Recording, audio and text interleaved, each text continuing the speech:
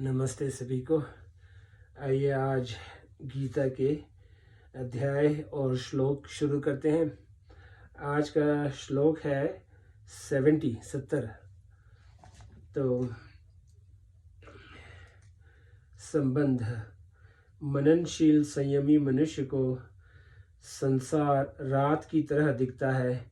इस पर यह प्रश्न उठता है कि क्या वह सांसारिक पदार्थों के संपर्क में आता ही नहीं? अगर नहीं आता तो उसका जीवन निर्वाह कैसे होता है, और अगर आता है तो उसकी स्थिति कैसी होती है? इन बातों का विवेचन करने के लिए आगे का श्लोक कहते हैं।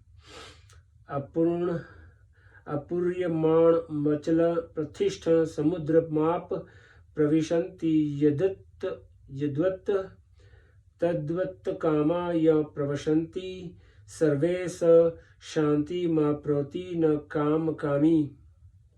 मतलब, जैसे संपूर्ण नदियों का जल चारों ओर से जल द्वारा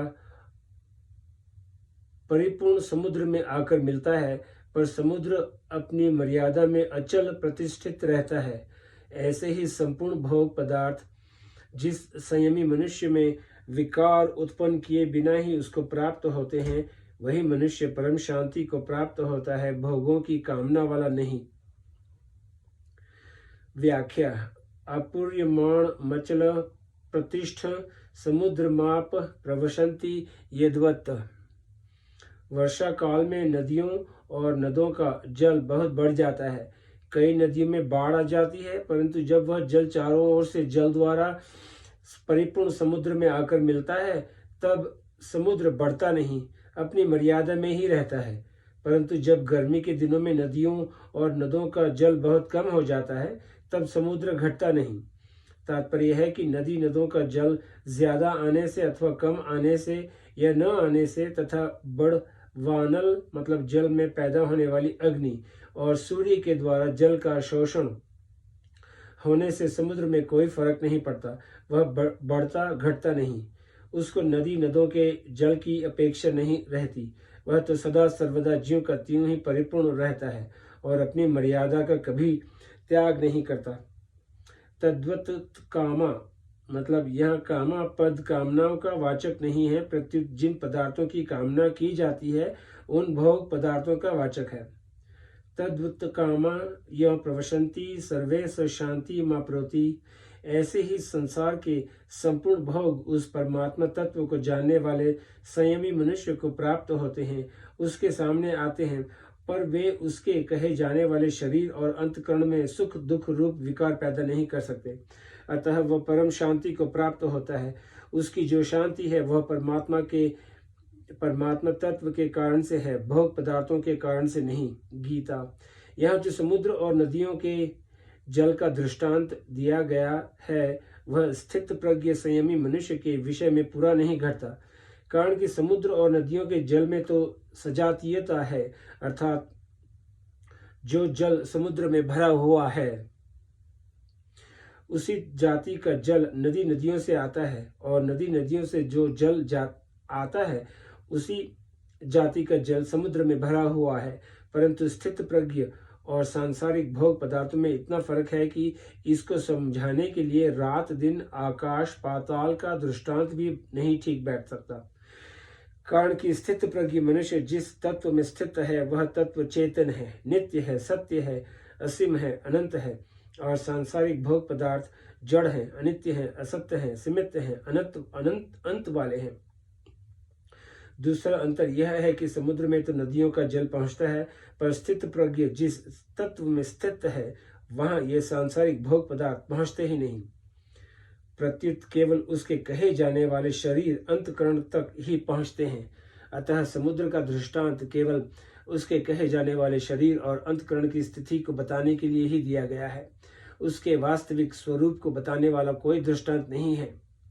न काम कामी, जिनके मन में भोग पदार्थों की कामना है, जो पदार्थों को ही महत्व देते हैं, जिनकी दृष्टि पदार्थों की तरफ ही है, उनको कितने ही सांसारिक भोग पदार्थ मिल जाए तो भी उनकी तृप्ति नहीं हो सकती, क्योंकि उनकी कामना जलन संताप नहीं मिल सकते, तो फिर उनको शांति कैसी मिल सकती है। कारण कि चेतन स्वरूप की तृप्ति जड़ पदार्थों से हो ही नहीं सकती। संबंध अब आगे के श्लोक में स्थित प्रज्ञ कैसे चलता है, इस प्रश्न के उत्तर का उपसंहार करते हैं। ये श्लोक 71। विहाय कामान्य सर्वान् पुमांश्चरति निस्पृह निर्ममो निरहंकार स शांति मदि गच्छति। जो मनुष्य संपूर्ण कामनाओं का त्याग करके निर्मम निरंकार और निस्पृह होकर विचरता है, वह शांति को प्राप्त होता है। व्याख्या। विहाय कामन्य सर्वान् मुपाश्चरति निस्पृह। अप्राप्त वस्तु की इच्छा का नाम कामना है। स्थित प्रज्ञ मनुष्य, स्थित प्रज्ञ महापुरुष संपूर्ण कामनाओं का त्याग कर देता है। कामनाओं का त्याग कर देने पर भी शरीर के निर्वाह मात्र के लिए देश काल वस्तु व्यक्ति पदार्थ आदि की जो आवश्यकता दिखती है, अर्थात जीवन निर्वाह के लिए प्राप्त और अप्राप्त वस्तु आदि की जरूरत दिखती है, उसका नाम स्पृहा है। स्थित प्रज्ञ पुरुष इस स्पृहा का भी त्याग कर देता है, कारण कि जिसके लिए शरीर मिला था और जिसकी आवश्यकता थी उस तत्व की प्राप्ति हो गई, वह आवश्यकता पूरी हो गई। अब शरीर रहे चाहे न रहे, शरीर निर्वाह हो चाहे न हो, इस तरह वह बेपरवाह रहता है। यही उसका निष्प्रह होना है। निष्प्रह होने का अर्थ यह नहीं कि वह निर्वाह की वस्तुओं का सेवन करता ही नहीं, वह निर्वाह की वस्तुओं का सेवन भी करता है, पथ कुपथ्य का भी ध्यान रखता है। अर्थात पहले साधनावस्था में शरीर आदि के साथ जैसा व्यवहार करता था वैसा ही व्यवहार अब भी करता है, परंतु शरीर बना रहे तो अच्छा है, जीवन निर्वाह की वस्तुएं मिलती रहे तो अच्छा है, ऐसी उसके भीतर कोई परवाह नहीं होती। इसी अध्याय के 55वें श्लोक में प्रजहाति यदा कामन सर्वान पदों से कामना त्याग की जो बात कही थी, वही बात यहाँ विहाय कामान्य सर्वान पदों से कही गई है। इसका तात्पर्य है कि कर्म योग में संपूर्ण कामनाओं का त्याग किए बिना कोई स्थित प्रज्ञ नहीं हो सकता, क्योंकि कामनाओं के कारण ही संसार के साथ संबंध जुड़ा हुआ है। कामनाओं का सर्वथा त्याग करने पर संसार के साथ संबंध रह ही नहीं सकता। निर्मम स्थित प्रज्ञ महापुरुष ममता का सर्वथा त्याग कर देता है। मनुष्य जिन वस्तुओं को अपनी मानता है वे वास्तव में अपनी नहीं है, प्रत्युत संसार से मिली हुई है। मिली हुई वस्तु को अपनी मानना भूल है।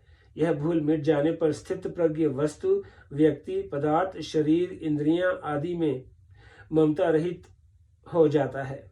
निरहंकार, यह शरीर मैं ही हूँ, इस तरह शरीर से तादात्म्य मानना अहंकार है। स्थित प्रज्ञ में यह अहंकार नहीं रहता। शरीर इंद्रियां मन बुद्धि आदि सभी किसी प्रकाश में दिखते हैं और जो मैंपन है उसका भी किसी प्रकाश में भान होता है। अतः प्रकाश की दृष्टि से शरीर इंद्रियां मन बुद्धि अहंता मतलब मैंपन ये सभी दृश्य हैं। दृष्टा दृश्य से अलग होता है, यह नियम है। ऐसा अनुभव हो जाने से स्थित प्रज्ञ निरंकार हो जाता है। स शांति मदि गच्छति, स्थित प्रज्ञ शांति को प्राप्त होता है। कामना स्पृहा ममता और अहंता से रहित होने पर शांति आकर प्राप्त होती है, ऐसी बात नहीं है। प्रत्युत शांति तो मनुष्य मात्र में स्वतः सिद्ध है।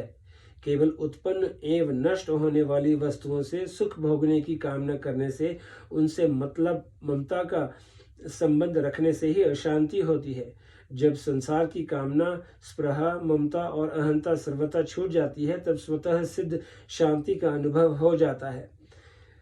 इस श्लोक में कामना स्पृहा ममता और अहंता, इन चारों में अहंता ही मुख्य है, कारण कि एक अहंता के निषेध से सबका निषेध हो जाता है।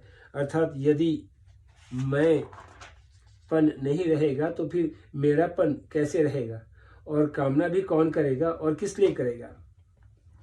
जब निरंकार कहने मात्र से कामना आदि का त्याग उसके अंतर्गत आ जाता था, तो फिर कामना आदि के त्याग का वर्णन क्यों किया? इसका उत्तर यह है कि कामना, स्पृहा, ममता और अहंता, इन चारों में कामना स्थूल है, कामना से सूक्ष्म स्पृहा, स्पृहा से सूक्ष्म ममता और ममता से सूक्ष्म अहंता है। इसीलिए संसार से संबंध जोड़ने में सबसे पहले कामना का त्याग कर दिया जाए तो अन्य तीन का त्याग करना सुगम हो जाता है। कामना करने से कोई वस्तु नहीं मिलती, वस्तु तो जो मिलने वाली है वही मिलेगी। वस्तु तो जो मिलने वाली है वही मिलेगी। अतः कामना का त्याग कर देना चाहिए। कामना का त्याग करने के बाद भी स्पृहा रहती है। स्पृहा मतलब शरीर निर्वाह की आवश्यकता। स्पृहा पूरी हो जाए यह भी हमारे हाथ की बात नहीं है, अर्थात स्पृहा की पूर्ति में भी हम स्वतंत्र नहीं हैं। जो होना है वह तो होगा ही, फिर स्पृहा रखने से क्या लाभ? अतः शरीर के लिए अन्न, जल, वस्त्र आदि की आशा छोड़ने से स्पृहा छूट जाती है। कामना और स्पृहा को छोड़ने के बाद भी प्राप्त वस्तु शरीर आदि में ममता रहती है। ममता रखने से वस्तु आदि सुरक्षित रहती हो, यह भी कोई नियम नहीं है, और ममता न रहने से वस्तु आदि नष्ट हो जाती हो, यह भी कोई नियम नहीं है। अतः प्राप्त वस्तु में ममता रखने से कोई प्रयोजन सिद्ध नहीं होता। तात्पर्य है कि कामना और स्पृहा का त्याग करने के बाद ममता का त्याग और इन तीनों का त्याग करने के बाद अहंता का त्याग सुगम हो जाता है। परंतु कामना, स्पृहा और ममता का त्याग करने से पहले ही अहंता का त्याग करने में कठिनता होती है। अतः साधक पहले क्रमश कामना, स्पृहा और ममता का त्याग कर दे तो अहंता का त्याग करना उसके लिए सुगम हो जाएगा। अहंता ममता से रहित होने का उपाय देखते हैं। कर्म योगी की दृष्टि से मेरा कुछ नहीं है, क्योंकि मेरा किसी वस्तु, व्यक्ति, परिस्थिति, घटना, अवस्था आदि पर स्वतंत्र अधिकार नहीं है। जब मेरा कुछ नहीं है तो मेरे को कुछ नहीं चाहिए। क्योंकि अगर शरीर मेरा है तो मेरे को अन्न, जल, वस्त्र आदि की आवश्यकता है। पर जब शरीर मेरा है ही नहीं तो मेरे को किसी की कुछ भी आवश्यकता नहीं है। जब मेरा कुछ नहीं और मेरे को कुछ नहीं चाहिए तो फिर मैं क्या रहा? क्योंकि मैं तो किसी वस्तु, शरीर, स्थिति आदि को पकड़ने से ही होता है। मेरे कहलाने वाले शरीर आदि का मात्र संसार के साथ सर्वथा अभिन्न संबंध है। इसीलिए अपने कहलाने वाले शरीर आदि से जो कुछ करना है वह सब केवल संसार के हित के लिए ही करना है, क्योंकि मेरे को कुछ चाहिए ही नहीं। ऐसा भाव होने पर मैं का एक देशीयपना आप मिट जाता है और कर्म योगी अहंता ममता से रहित हो जाता है। सांख्य योगी की दृष्टि से प्राणी मात्र को मैं हूं इस प्रकार अपने स्वरूप की स्वतः सिद्ध सत्ता मतलब होनापन का ज्ञान रहता है। इसमें मैं तो प्रकृति का अंश है और हूं सत्ता है। यह हूं वास्तव में मैं को लेकर है। अगर मैं न रहे तो हूं नहीं रहेगा, प्रत्युत है रहेगा। मैं हूं, तू है, यह है और वह है। ये चारों व्यक्ति और देश काल को लेकर है। अगर इन चारों को अर्थात व्यक्ति और देश काल को न पकड़े तो केवल है ही रहेगा। है में ही स्थिति रहेगी। है में स्थिति होने से सांख्य योगी अहंता ममता से रहित हो जाता है। भक्ति योगी की दृष्टि से जिसको मैं और मेरा कहते हैं वह सब प्रभु का ही है, कारण कि मेरी कहलाने वाली वस्तु पर मेरा कृष्ण मात्र भी अधिकार नहीं है, परंतु प्रभु का उस पर पूरा अधिकार है। वे जिस तरह वस्तु को रखते हैं, जैसा रखना चाहते हैं वैसा ही होता है। अतः यह सब कुछ प्रभु का ही है, इसको प्रभु की ही सेवा में लगाना है। मेरे पास जो शरीर, इंद्रिय, मन, बुद्धि है यह भी उन्हीं की है और मैं भी उन्हीं का हूँ।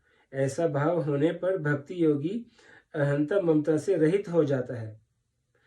भक्ति योगी। संबंध।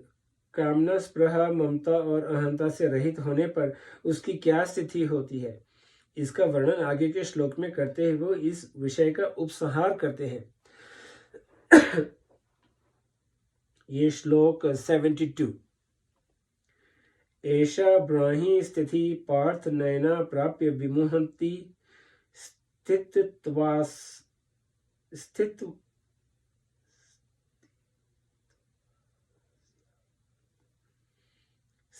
स्थितवास्यमंत कालेपि ब्रह्मा निर्वाण मृच्छति।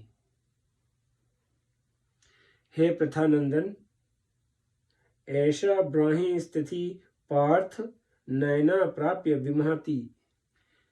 हे प्रथानंदन, यह ब्राह्मी स्थिति है, इसको प्राप्त होकर कभी कोई मोहित नहीं होता। इस स्थिति में यदि अंतकाल में भी स्थित हो जाए तो निर्वाण मतलब शांत ब्रह्मा की प्राप्ति हो जाती है। व्याख्या। ऐसा ब्राह्मी स्थिति पार्थ, यह ब्राह्मी स्थिति है अर्थात ब्रह्मा को प्राप्त हुए मनुष्य की स्थिति है। अहंकार रहित होने से जब व्यक्तित्व मिट जाता है तब उसकी स्थिति स्वतः ही ब्रह्मा में होती है, कारण कि संसार के साथ संबंध रखने से ही व्यक्तित्व था। उस संबंध को सर्वथा छोड़ देने से योगी की अपनी कोई व्यक्तिगत स्थिति नहीं रहती। अत्यंत नजदीक का वाचक होने से यहाँ ऐसा पद पूर्व श्लोक में आए विहाय कामान, निस्पृह, निर्मम और निरहंकार पदों का लक्ष्य करता है। भगवान के मुख से तेरी बुद्धि जब मोह कलील और श्रुति विप्रतिपत्ति से तर जाएगी तब तू योग को प्राप्त हो जाएगा। ऐसा सुनकर अर्जुन के मन में यह जिज्ञासा हुई कि वह स्थिति क्या होगी। इस पर अर्जुन ने स्थित प्रज्ञ के विषय में 4 प्रश्न किए। उन चारों प्रश्नों का उत्तर देकर भगवान ने यहाँ यह वह स्थिति बताई कि वह ब्राह्मी स्थिति है। तात्पर्य है कि वह व्यक्तिगत स्थिति नहीं है, अर्थात उसमें व्यक्तित्व नहीं है रहता। वह नित्य योगी की प्राप्ति है, उसमें एक ही तत्व रहता है। इस विषय की तरफ लक्ष्य कराने के लिए ही यहाँ पार्थ संबोधन दिया गया है। नैना प्राप्य विमुहांति। जब तक शरीर में अहंकार रहता है तब तक मोहित होने की संभावना रहती है, परंतु जब अहंकार का सर्वथा अभाव होकर ब्रह्मा में अपनी स्थिति का अनुभव हो जाता है तब व्यक्तित्व टूटने के कारण फिर कभी मोहित होने की संभावना नहीं रहती। सत्य और असत्य को ठीक तरह से न जानना ही मोह है।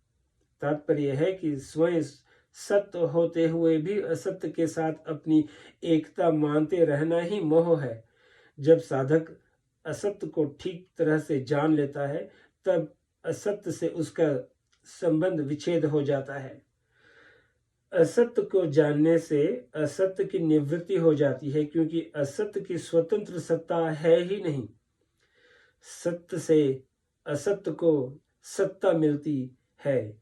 अगर असत्य को जानने से असत्य की निवृत्ति न हो तो वास्तव में असत्य को जानना ही नहीं प्रत्युत सीखा है। सीखे हुए ज्ञान से असत्य की निवृत्ति नहीं होती, क्योंकि मन में असत्य की सत्ता रहती है। चलो आज यहीं समाप्त करते हैं, फिर कल जहां समाप्त किया था वहीं से आगे शुरू करते हैं। प्रणाम।